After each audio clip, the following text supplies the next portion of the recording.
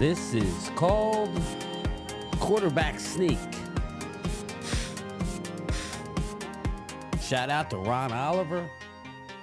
Ron Oliver downloading music for sports fans coming out soon. Make sure I will let everybody know when it's available for download. No matter the weather, he delivers.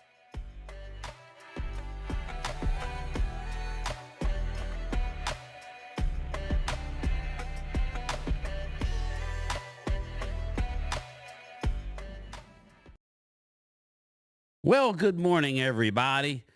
Good morning, everybody. Game time, Brian, otherwise known as the mailman. Hope everybody's doing good. We are off today. We got a lot of snow. And it's okay. It's okay. I'm not looking forward to tomorrow, but we got to do what we got to do. We put our head down and get the job done. Some people fold. Some people can't. Some people can't handle the heat. So God willing, I'll be there tomorrow. So anyway, shout out. We got some stuff to talk about. As the title of this video is going to be Dak Speaks. Before we get to Dak Speaks, I want to go over some just news of the day. Just some news of the day. Let's see. Saquon Barkley. So many people reached out from the Giants and were so happy for me. Well, again, Saquon's a good person. I pointed that out multiple times this year. Nothing against Saquon. Is what it is, man. Like, as the owner of the New York Giants said, are you sure you want to trade Saquon? Or that you don't want to re-sign his Saquon? And Joe Shane, who should be fired. Sorry, I don't normally call for people's jobs, but he did a horrendous job last year. I think I could have done a better job than Joe Shane. Joe Shane. And Brian Daboll keeping his job. Okay. I guess you just don't want to be embarrassing like the Cowboys. All right. I want to get into just a little bit of the topics before we get to the Dak Prescott interview that we'll talk. I've been very critical of Dak. And we'll get to that. But first things first, Travis Kelce will take some time to decide if he'll play in 2025. He should retire. I don't believe he will. I believe I think him and Mahomes, again, they've owned the AFC. What the Eagles did this year, it's going to be hard to replicate. Again, by the Eagles, just by how things work in the NFL, but they are clearly the most talented team in the NFL.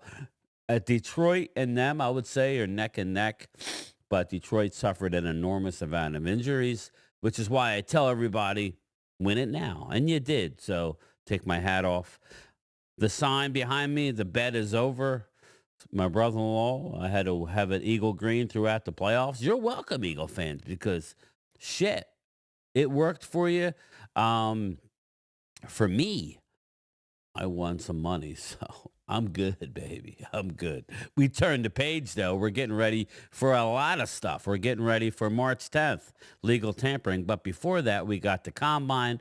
I'm not big into the Combine, but we'll be live streaming, commenting on Men in Tights, I guess, and 40 times. And there is some good, there is some guys I'm curious to see about when it comes to their 40 times. So, we will have plenty of time to talk about that, but that's coming within the next week to 10 days. We got the Combine. Then it's basically pro days, legal tampering, actual free agency, but by the time actual free agency comes 2 days later, March 10th is legal tampering. We're off that day. We'll be live streaming throughout the whole day. Legal tampering 2 days, actual free agency 2 days later. It's anticlimactic because you pretty much know everything breaks on the 10th. And then we have the draft at the end of April. It's full go between now and then. So a lot to do, but let's get to some of the things. Dallas Goedert on Kellen Moore. Wish he stayed, but he'll do great. Again, Dallas Goedert. I called it. I said it. People need to believe me, but hey, He ain't going nowhere. He wants to stay with a winner. No, when you have an opportunity to be a head coach, especially a guy like Kellen who doesn't interview well, again, nothing against Kellen. I don't expect him to have success in New Orleans. Just don't. Uh, like when I say success, like what, yeah, the kind of success that the Eagles have had nothing really to do with Kellen. Kellen stayed out of the way. I'm not here to crap on Kellen. He stayed out of the way. What offensive juggernaut during the Super Bowl did you have? I'm glad because I had Jalen Hurts plus 375. So I won 475 bucks on the Jalen Hurts winning MVP. But let's face it, mediocre at best, right? Through the horrible touchdown interception in the red zone, 222 yards passing. Did have a couple clutch runs, which I told you from the get go. That's how Kellen was going to be successful. But let's make no mistake. The reason why they won the game was that defense and none other than Josh Sweat. Josh Sweat is he's a little verklempt. He says that he should have been the MVP. Yes, the MVP. He had 2.5 sacks, a bunch of pressures, and he made himself a ton of money. Most likely, he's gone. He will not be returning to the Eagles unless they pay him. Pay him. Pay him, pay. He beats me. Straight up. Pay him. Pay that man his money. I mean, Josh Sweat is like just screaming, saying, yo, show me the money. Show me the money! So, yeah, that's what I think. I think Josh is gone. I think you have a better chance of keeping Milton Williams just because of the relationship with Vic Fangio. So we'll see. Kellen Moore didn't appear on any single ballot for Assistant Coach of the Year. Why? Because the numbers weren't great, okay, offensively, other than running the football. Eagles were smart. That's what they did.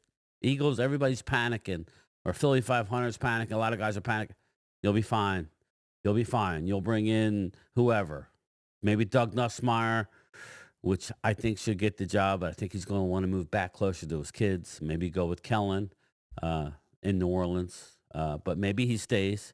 Maybe they can pay him enough to stay. If Doug is smart, he would stay with Philly and be the OC. I think he's capable. He's very good. He's worked with Dak. He's done well. But we'll see. Eagles scored 145 points in the playoffs, were the most ever in a postseason. Well, we have the extra game.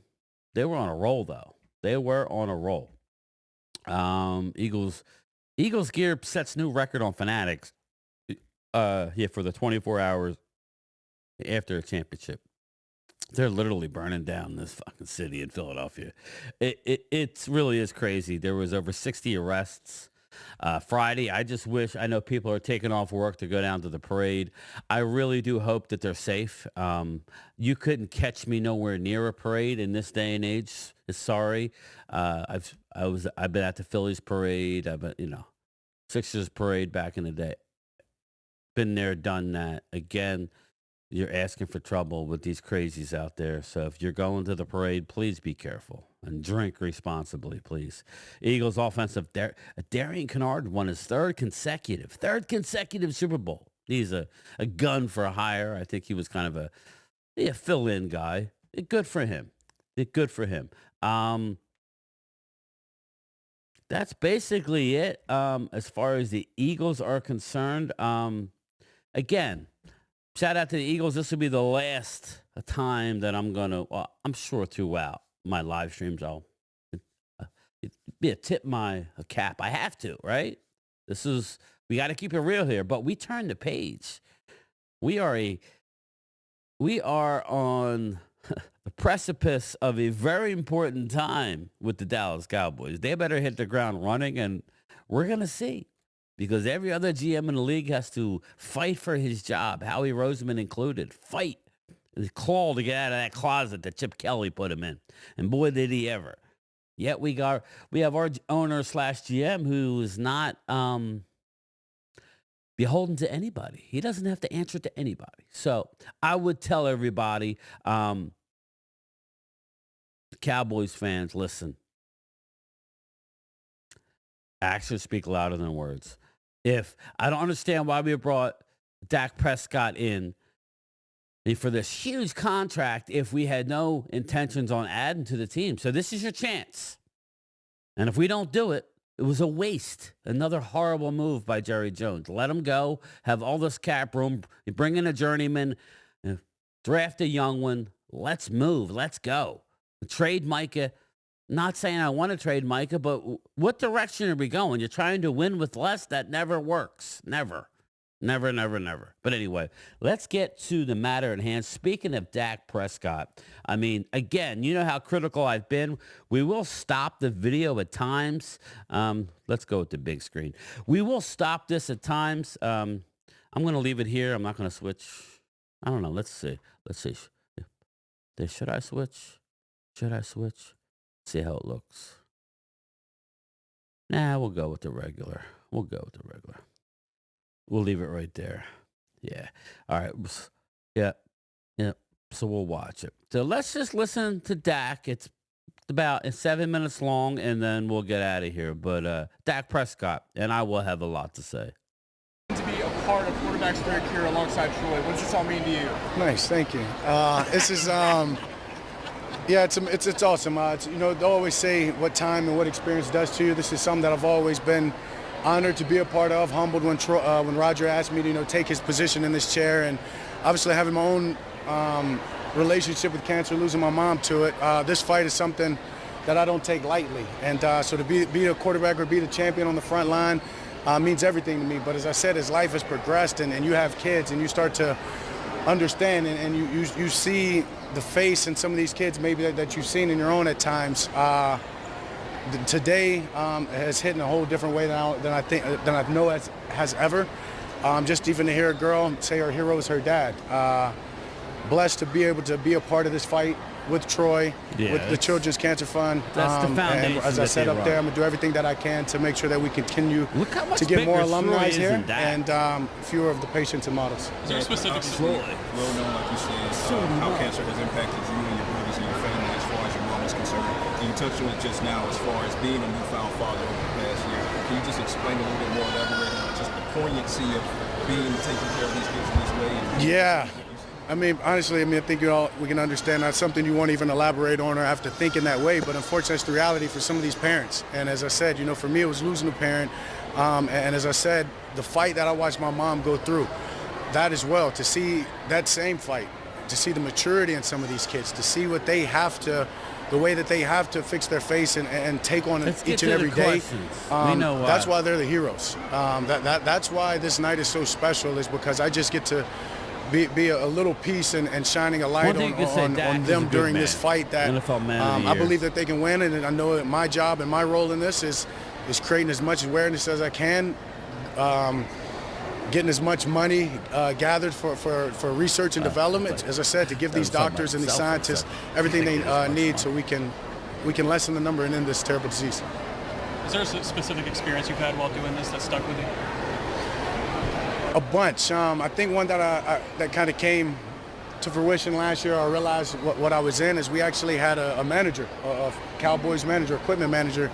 Won't say his name, but I worked with him a good bit here and there, and worked with him for 3 or 4 years before I realized on his way out he left, and he wrote everybody a note, and he wrote me a letter saying, you know, I appreciate you going and walking in that gala. I was a member of it, and had the picture of him and Quincy Carter, and just God, yeah, to see a kid that potentially one of these kids I'm walking with, to understand that kid years later, because of Quincy Carter, because of the Cowboys, because of the North Dallas, because of all the people that have poured into this foundation that have allowed a guy like him to be able to grow old and to serve and to do what he loves and be a part of a game that I love, and create a relationship with a young man like that if it wasn't for this gala, who knows what would be possible. Last one right here, last one. That's one. Football question. They're trying to get him out of there before they ask any.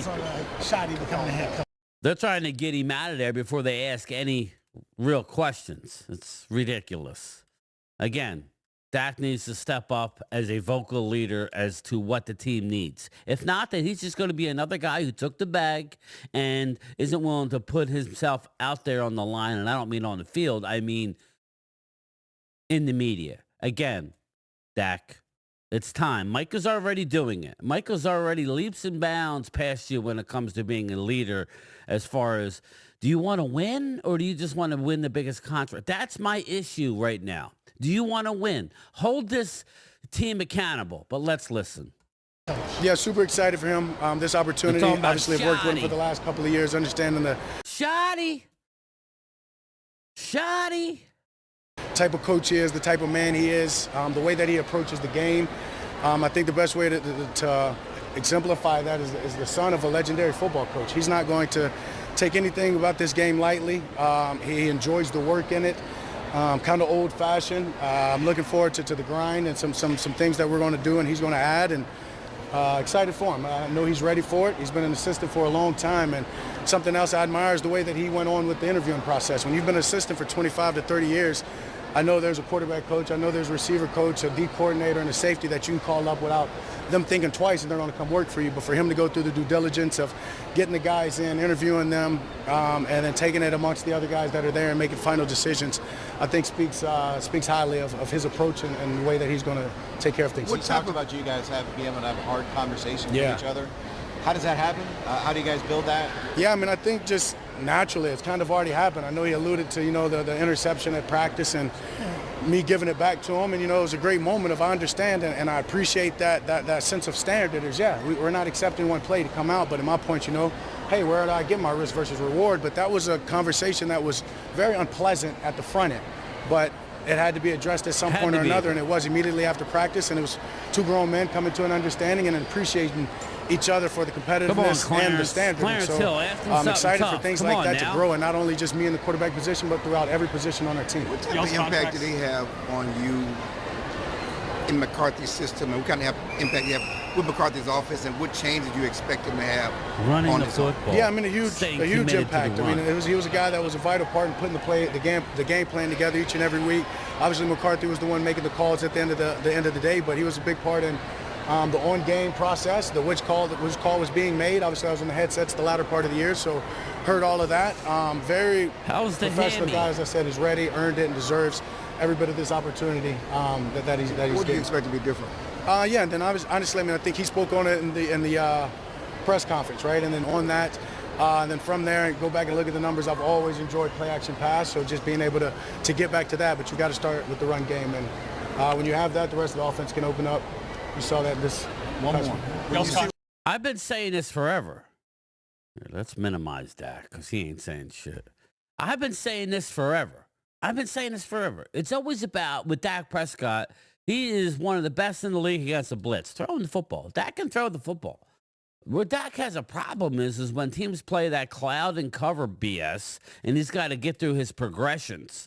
When he could play action and hit that first, maybe second read, Dak gets himself into trouble when he's holding the football. He just does. Again, I have issues with his deep ball, especially with speedy receivers. It seems like he underthrows everybody. But again, I don't know what that is. If it's not enough practice, it's just, I don't know. We all talk about Jalen Hurts and his deficiencies, but man, he can throw the deep ball. Jalen can throw the deep ball. So, but yeah, it is a little different. Behind that offensive line that the Eagles have, usually you have as much time as you need, and you have the talent out there, not just a CeeDee Lamb, but Dallas Goedert, Heisman Trophy winner Devontae Smith, A.J. Brown, Saquon in the backfield. So that's what makes the Birds tough. Who are you going to stop? Dallas needs to get back, but again, they're not asking any tough questions. Dak Speaks. What are we saying here? I know you're there for a gala, and that's great, but you're the coach of the Dallas Cowboys, the most visible organization in all of sports. You can hate that. Haters, that's fine. Hate it. But it's the truth. And, at one point, do we have to get back to laying it all on the line, whether it's the front office and the players and the quarterback? Let's listen. Hopefully he says something in the next minute, 10 seconds before we get out of here. What the Eagles just did, how far are you guys away from that level? I mean, I feel like we compete with the Eagles and beat them for the most part when we played them. I don't want to say check the record when they're the guys holding the trophy right now. So credit to them. They've earned it. They deserve it by all means. Hey, Dak, I know you're 13-4 against the, or no, you're 38 and you're 13-4 against the Birds. That's his record against the Eagles. But let's not, now's not the time to say anything negative about the Eagles. Why? Because they're your daddy right now. They're my daddy. We're their bitch right now, Dak. Sorry. It's about wins and losses in the postseason.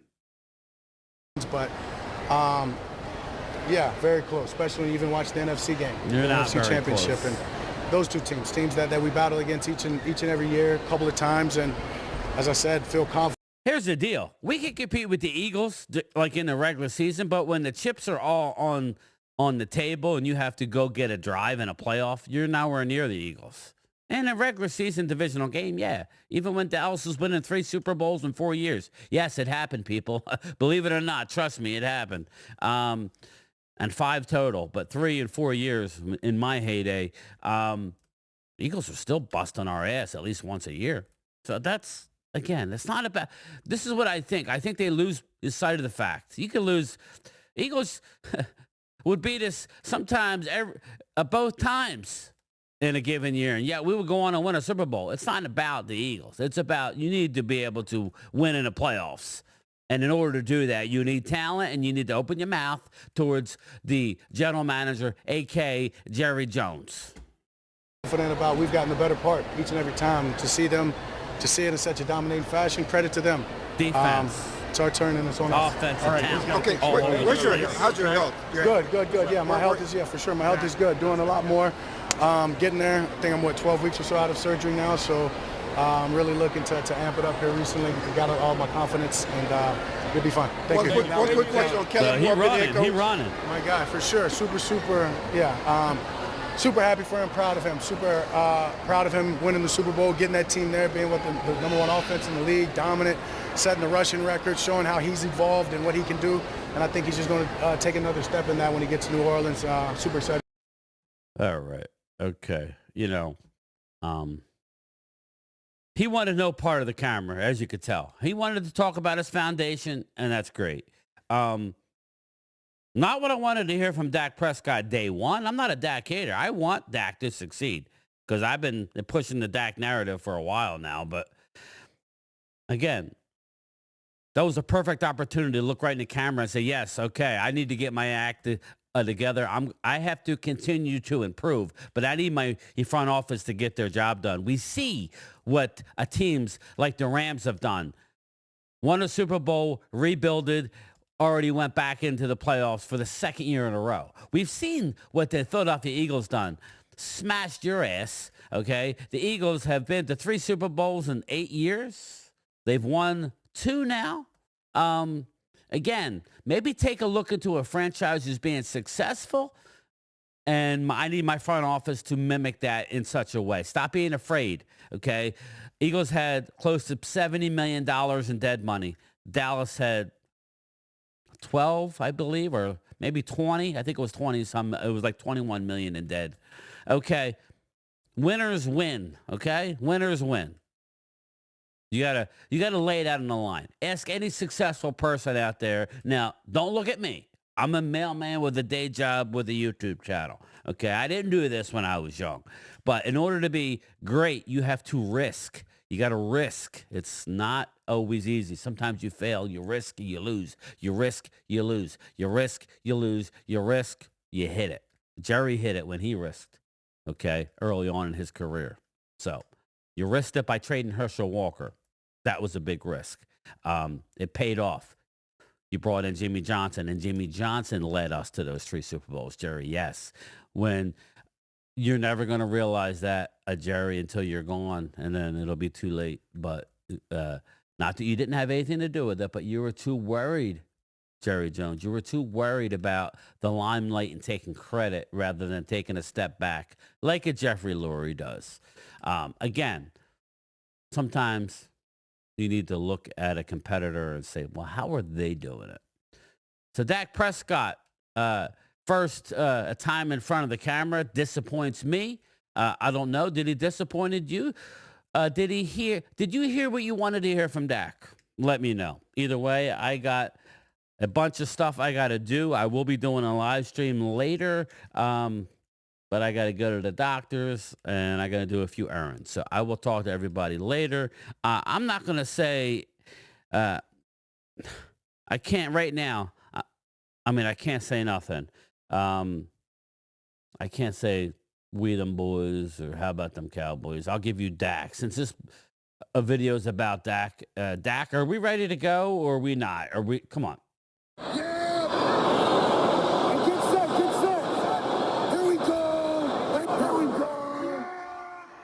We'll see if we're going or whatever we're doing. But for me, not good after the first interview. I expected more. I need him to look in the camera and hold this team accountable.